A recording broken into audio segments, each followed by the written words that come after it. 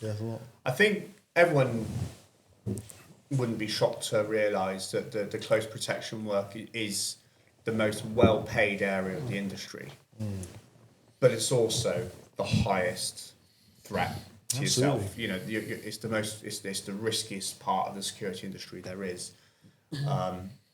Have there been instances where your safety or your life has been at risk? Have there been those situations where you've come out of it and thought, God, I was lucky? Yeah, so I went into I was part of a 4-man team that went to another country.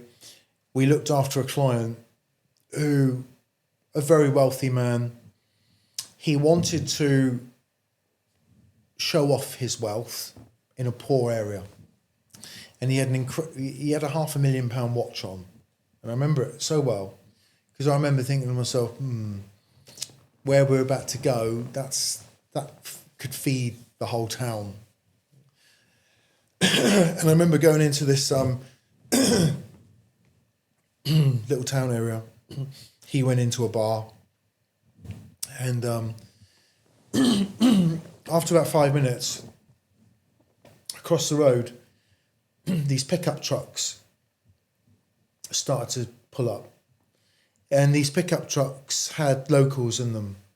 So where was this? Was it in the UK? No, it's in somewhere in Africa. Okay. And they're all locals. Very, very poor people. Very poor people.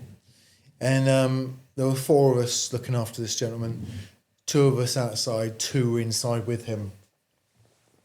And it wasn't like some fancy, smart Sandbanks type restaurant. It was like it was just a downtrodden ghetto type bar. So when this guy turned up, he had 2 Range Rovers. When he turned up, they were like, oh wow, but they weren't impressed. They were like, fucking, you're a disgusting individual. I'm not saying he was, but to them, these people couldn't eat after them. So, so these pickups started turning up, and I'm not one to exaggerate. So I say it as it is, but I would not be exaggerating by saying there was probably about 25, 30 guys pulled up. Now we're talking about the other side of the road.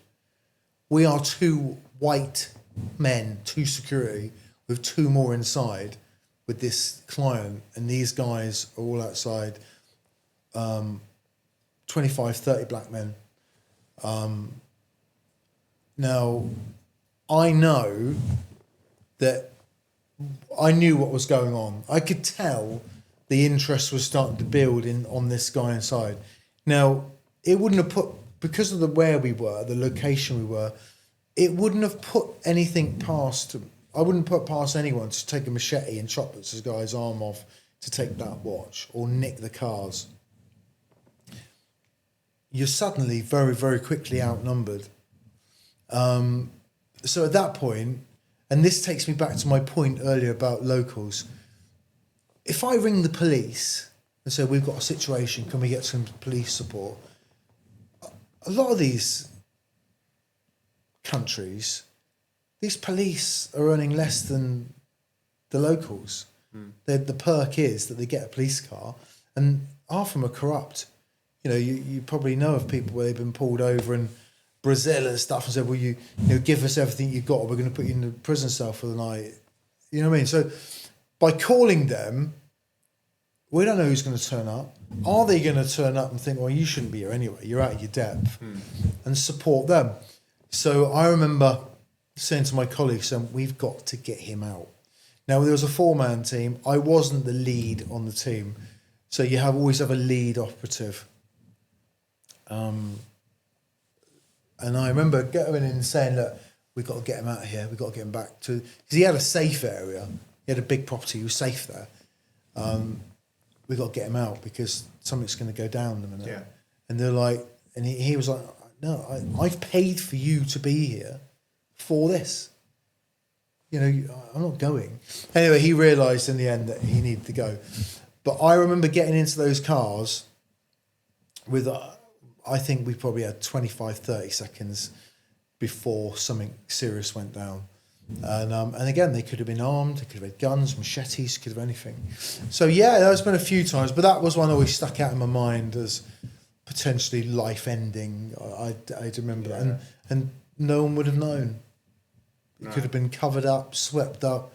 No one would have ever talked about it because it was from a tourist point of view, they would not have wanted that. That this area, it was an island.